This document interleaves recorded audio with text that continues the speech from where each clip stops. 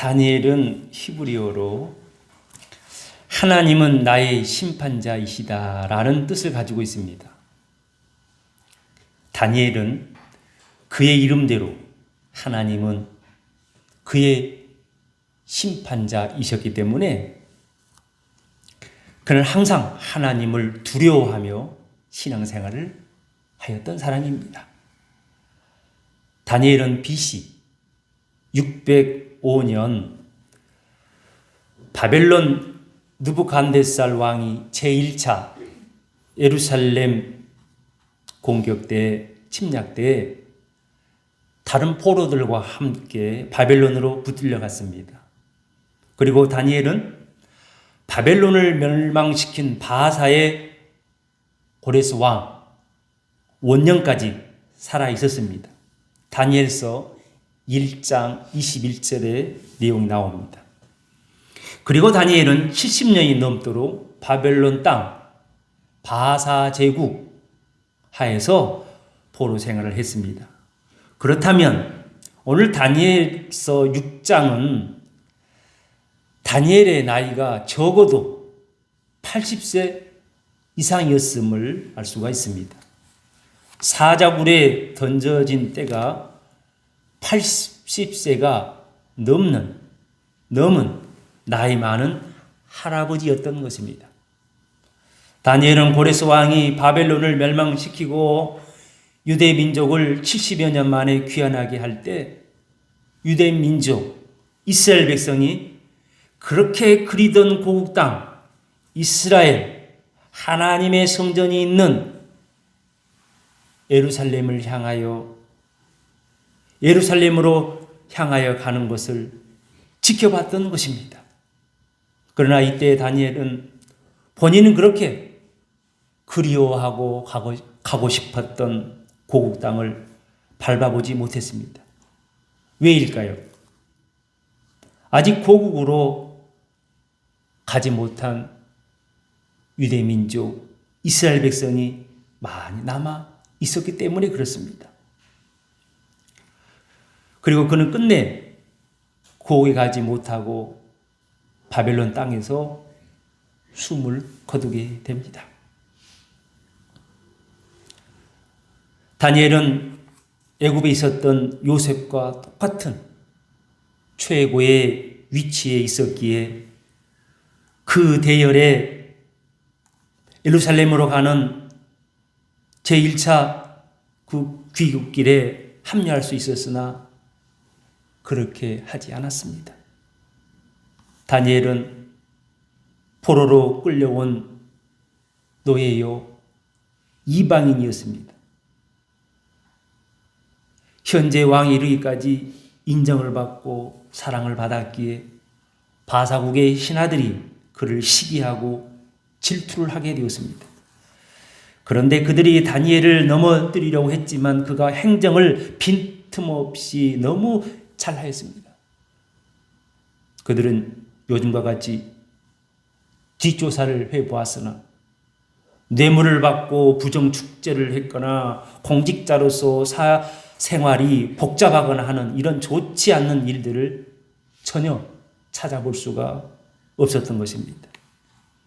이렇게 다니엘은 매사가 예수님께서 말씀하신 것 같이 뱀같이 지혜롭고 비둘기같이 순결했던 것입니다. 바사국 신하들은 다니엘의 매일매일 생활 패턴을 체크하는 가운데 보니까 다니엘이 하나님의 율법들을 잘 지키는 것을 알게 되었습니다. 그 중에는 하나님께 매일 기도하는 것을 알게 되었습니다. 다니엘은 하나님의 법을 생명과도 같이 지키는 것처럼 그렇게 보았던 것입니다. 그러므로 바사국의 모든 신하들과 법관들이 왕위에 가서 왕이시여 앞으로 30일 동안 누구든지 왕 위에 어떤 신에게나 사람에게 무엇을 구하면 사자굴에 던져 넣는다는 조서를 내려달라고 단체로 때로 몰려갔습니다.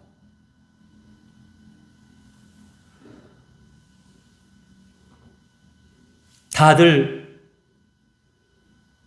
이 조서를 내달라고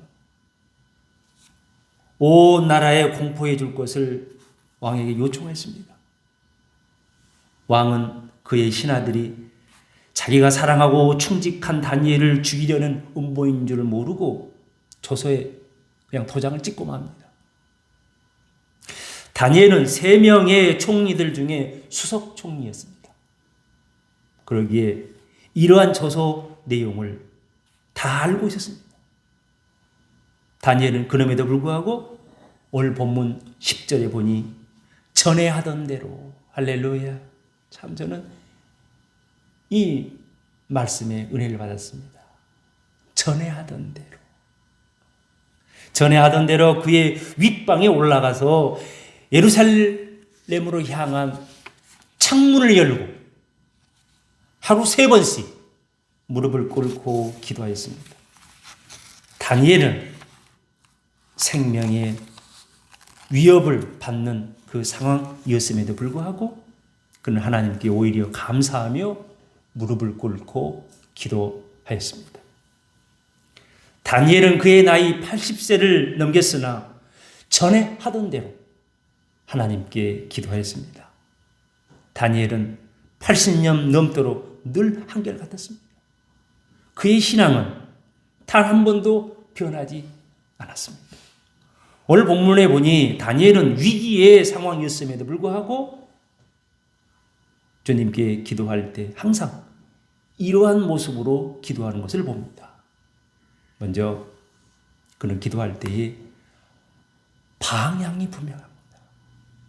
방향이 분명했어요. 다니엘의 눈과 마음은 70여 년 전에 떠났던 거룩한 예루살렘 성전 쪽에 항상 향하여 있었습니다. 그는 단 한 번도 고국 이스라엘 하나님이 주신 가나안 땅 그 거룩한 곳을 잊은 적이 없었습니다. 오늘 성경에서 다니엘은 전에 하던 대로 예루살렘으로 향한 창문을 열고 활짝 열고 기도했습니다. 누가 보든지 안 보든지, 누가 이런다고 죽이든지 살리든지 아무 상관없었습니다. 지금 다니엘은 약 70년 동안 800km가 넘는 타국 바벨론 땅 바사 제국 하에서 예루살렘 성전을 향하여 기도하는 것입니다.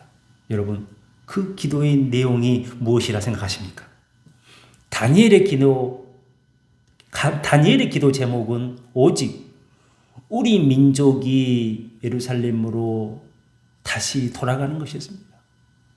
그는 주님과 함께하는 선지자로서 유대 민족, 이스라엘 백성이 회개하고 다시 고국 땅 예루살렘으로 돌아가도록 하는 것이 그의 기도 제목이었습니다.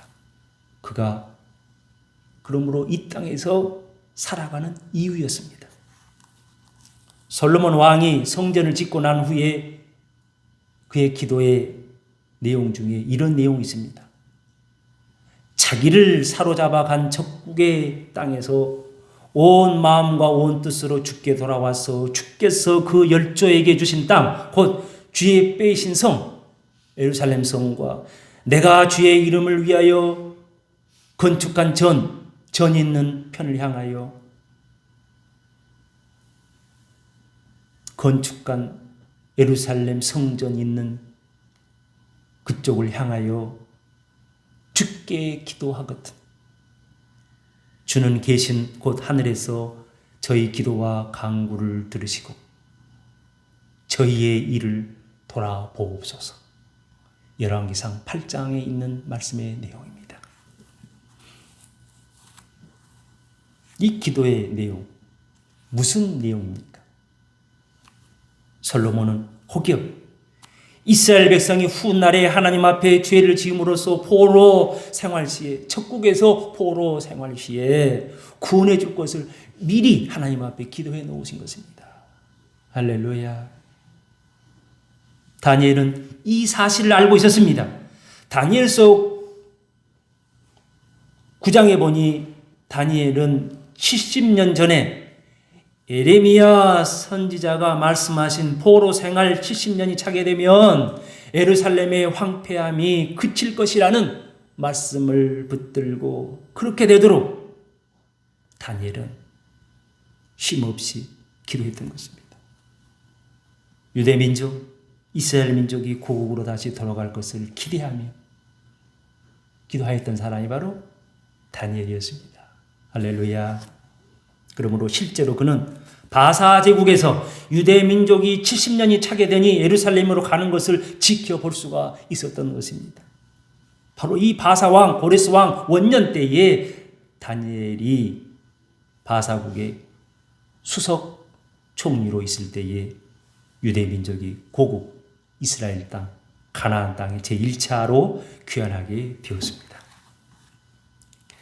다니엘은 솔로몬의 기도와 예레미야 선지자가 전한 말씀을 기억하며 그 말씀을 붙들고 예루살렘을 향하여서 기도했던 것입니다.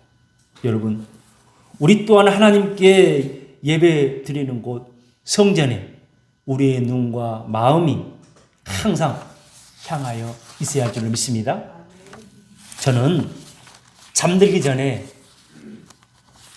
기도할 때에 교회에 십자가가 있는 곳상에 기도하는 습관이 있습니다. 수십 년이 넘습니다.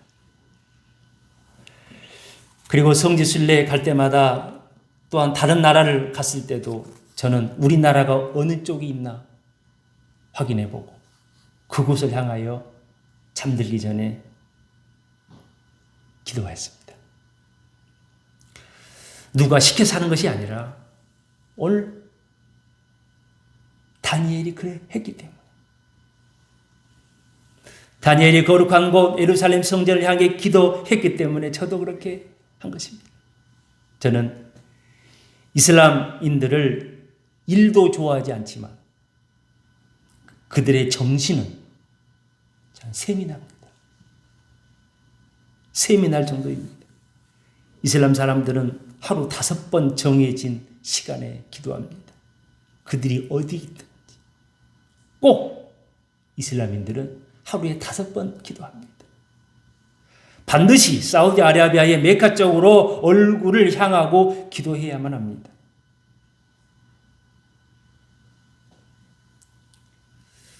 화장실에서 대소변을 볼 때도 절대로 메카를 향해 등을 보이지 않습니다. 뒷모습을 보이지 않습니다. 그리고 화장실이 메카 쪽으로 향해 있다면 건축 허가도 나지 않습니다. 저는 이 사람들이 그렇게 하는지도 몰랐습니다만 저는 실제로 볼일을 볼 때 십자가를 향해서 교회를 향해서 저 그렇게 하지 않습니다. 그게 그냥 와닿더라고요. 여러분, 이스라엘 국민 유대인들과 이슬람 사람들은 이렇게 헌신하고 충성한데 충성하고 있는데 우리는 천지 만물을 창조하신 하나님을 믿고 전능하신 하나님을 믿고 예수 그리스도를 믿고 있음에도 불구하고 하루 한 번 기도하는 것도 힘들어합니다. 회개해야 합니다. 너무 나약해 있습니다. 다윗도 시편 28편 2절에서 이렇게 고백합니다. 내가 주의 지성소를 향하여 나의 손을 들고 주께 부르짖을 때에 나의 간구하는 소리를 들으소서. 할렐루야. 지성소. 하나님이 계신 하나님께 제사 드리고 예배 드리는 곳 그 성막에 있는 지성소를 향해서 두 손을 들고 하나님 앞에 기도하는 모습. 여러분, 어디를 향하여 기도하십니까?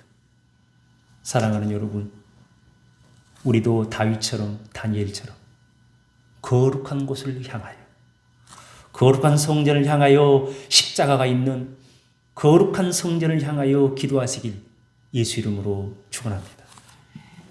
교회 안에서나 가정에서나 어디에 있든지 거룩한 곳을 향해 기도하는 성도들 되시길 예수 이름으로 축원합니다.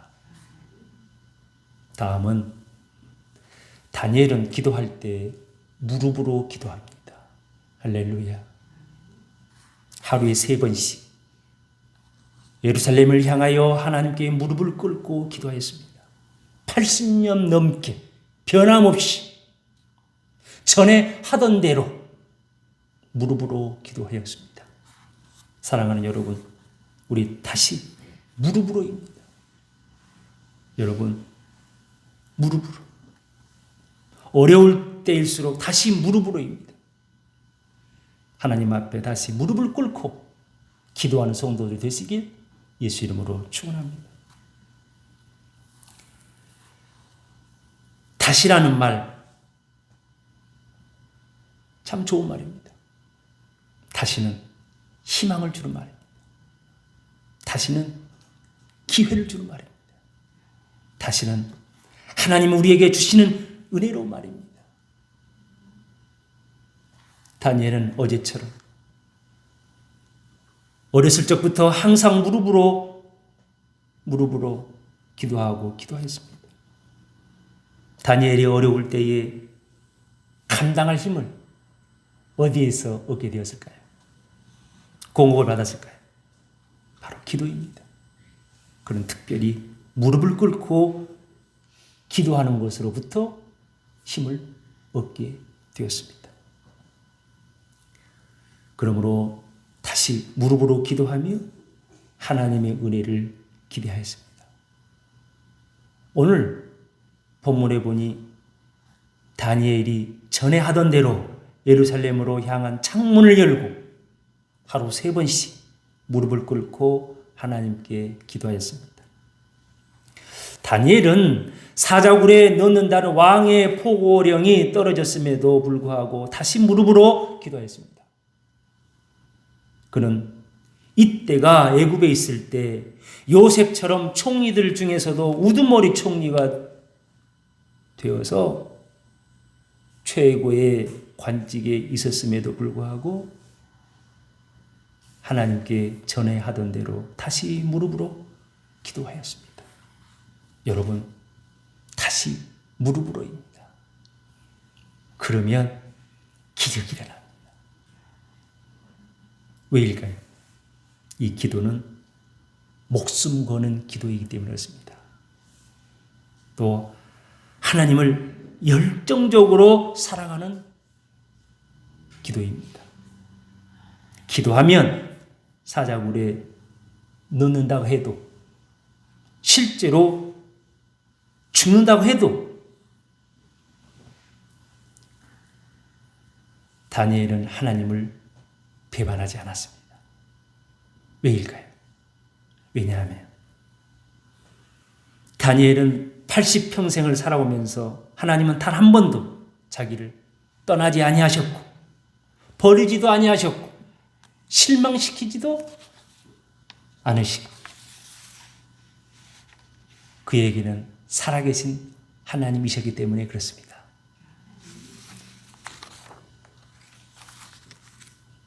다니엘은 이번 기도하는 일로 사자굴에 던져졌어도 다니엘서 6장 23절에 보니 그는 하나님께서 그를 사자 입에서 구원해 주실 줄로 믿었다고 했습니다. 그러므로 그 믿음대로 하나님의 천사들이 사자들의 입을 틀어막아 몸에 상처 하나 입지 않았다고 성경은 말씀하고 있습니다. 여러분, 또 무릎으로 기도하면 기적이 일어납니다. 기적이 일어나요. 엘리야가 3년 넘도록 비가 오지 않았을 때에 갈멜산에서, 저희들 갔다 왔지요? 갈멜산. 저 지중해가 보이지요? 갈멜산에서 무릎을 꿇고 기도하였습니다. 분명 큰 빗소리를 듣고서 기도를 시작하였으나 응답이 없었습니다. 그는 다시 무릎으로 기도했습니다. 그는 비가 오는 징조가 있을 때까지 무릎으로 다시 기도하였습니다. 7번까지 그랬습니다. 사환에게 7번까지 다시 가라 하고 자기는 또 무릎으로 기도하였던 것입니다. 그렇게 그가 무릎으로 다시 기도했을 때에 기적이 일어났습니다. 3년 넘도록 멀쩡하기만 하던 하늘이 저 지중해 끝에서 사람의 손바닥만한 구름이 올라왔던 것입니다. 큰 비를 머금고 올라왔던 것입니다. 할렐루야. 응답을 받은 것입니다. 기적이 일어났습니다. 여러분, 무릎으로 기도하고 다시 무릎으로 기도하고 기도하는 것입니다. 반드시 기적이 일어나는 것입니다. 베드로가 죽은 자를 살려냈습니다. 그가 욥바의 다비다라고 하는 여성도가 그곳에서 죽어서 가게 되었습니다. 그래 가서 보니까 이미 시신을 씻어 놓았고 그 놓여 있는 곳에서 무릎을 꿇고 기도했을 때에 죽었던 자가 호흡을 하게 되었습니다. 살게 되었습니다. 사도행전 9장 40절 내용입니다. 사도 바울은 밤늦게까지 등불을 켜고 계속 말씀을 전했을 때에 사도 바울이 말씀을 너무 길게 하셨어요. 우리는 이거 30분도 쉽지가 않은데 설교 시간 듣는 거 30분도 쉽지 않은데 1시간도 좀 쉽지 않은데 밤이 늦도록 너무 늦게까지 한 것입니다. 유두고라 하는 청년이 3층 창 쪽에서 거기에 걸터 앉아서 말씀을 듣고 있다가 깊이 잠이 들어가지고 몇 층 아래로 밑에 3층에서 밑에로 떨어졌어. 그래서 가서 보니까 죽었어. 죽었습니다. 사도 바울이 내려가서 그 위에 엎드려 기도했을 때 할렐루야 무릎으로 기도한 것이죠. 무릎으로 기도하였을 때에 죽은 자가 살아나는 기적이 일어났습니다. 여러분 어려운 일이 있습니까? 하나님 앞에 무릎으로입니다. 다시 무릎으로입니다. 다시 무릎으로 기도하는 성도들 되시기 예수님으로 축원합니다. 저는 무릎으로 기도하면 15년 전에 일을 잊을 수가 없습니다. 교회가 참 어려웠던 시절이라 오래된 중고 승합차를 사서 타고 다니게 되었는데 저희 교회를 도와주시던 강남 그 청담동에 사시는 최 권사님이 저희 교회 차를 타보신 후에 마음이 너무 아프셨다 그러잖아요. 1년 내내 자동차 안에 그 닳고 다른 그 내부 차를 보고 1년 내내 힘들었다랍니다. 그 모습이 그 차가 계속 왔다 갔다. 세상 말로 미치고 환장하겠더래요. 그래서 큰 맘 먹고 그것도 현금으로 우리 교회 승합차를 사주셨습니다. 그런데 이때 이 승합차보다 조금만 더 주면 눈이 와도 있잖아요. 눈이 와도 이 차를 보면 그 차 제일 양쪽 그 밑에 쪽에 보면요. 투톤이라고 하는 것이 붙어 있어요. 고무대기 같은 것이 있잖아요. 길게 붙어 있어요. 그러면 제가 교회 차를 이렇게 청소해 보면 그 밑에가 그렇게 덕지덕지 그냥 붙어 있어가지고 차에 기스도 나고 힘이 들더라고요. 그래서는 아유 나랑 같이 가서 좀 사지. 그러면 내가 이거 사달라고 했을 것인데 이제 그런 마음이 있었어요. 아쉬움이 있었어요. 그런데 그러던 어느 날 차 옆을 지나가면서 나도 모르게 차 바퀴를 한번 발로 톡 찼습니다. 톡 차면서 이런 말이 툭 튀어나왔어요. 이왕 차 사주는 거 투턴이 돼 있는 거 사주지. 그러면 좋았을 텐데. 하고는 저도 모르게 차 바퀴 전에 뒷바퀴를 툭 하고 쳤어요. 이 일이 있고 난 후에 며칠도 안 돼요. 그만 새 차를 도난당하고 말았습니다. 그때 참 난감했습니다. 우리 교회 돈으로 산 것도 아니고 다른 교회에 다니시는 분이 1년 내내 고민하다가 사주셨는데 아주 큰일이 났습니다. 전화라도 한 번 오면 그냥 제가 끊고 놨습니다. 가슴이 둥둥둥 거려요. 저는 이때 정말 강단에서 한 달 동안 무릎을 꿇고 얼마나 회개가 됐는지 모릅니다. 하나님, 제가 잘못했습니다. 차를 좀 찾게 해주세요. 다시는 이런 일이 없도록 하겠습니다. 그렇게 회개하고 또 회개했습니다. 이렇게 애타게 기도하고 또 얼마나 기도했는지 모릅니다. 그런데 놀랍게도 보험회사에서 보험처리를 해주겠다는 기쁜 소식을 듣게 되었습니다. 그래, 차 보험금이 나왔는데 제가 그렇게 바라던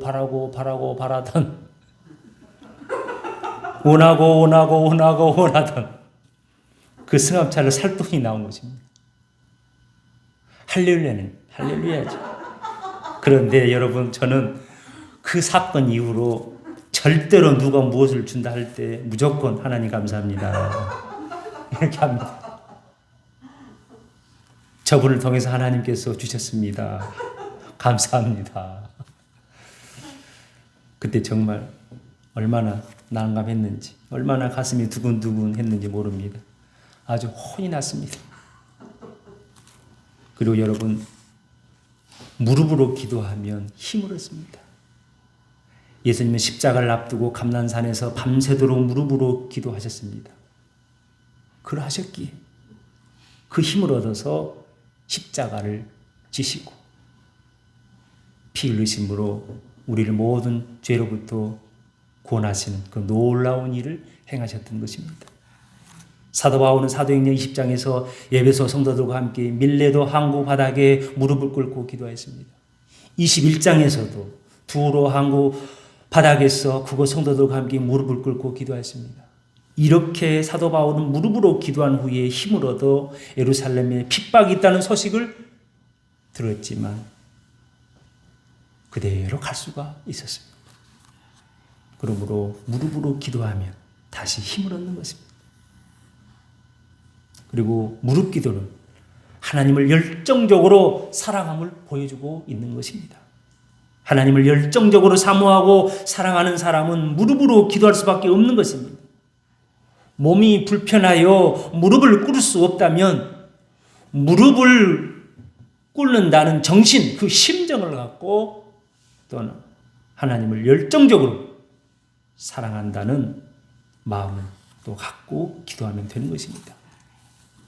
마지막으로 E.M. 바운즈가 쓴 기도의 능력이라는 책에서 그는 그 책에 무릎으로 기도하는 열심을 얘기도 합니다. 그리고 그는 그의 책에서 이렇게 말합니다.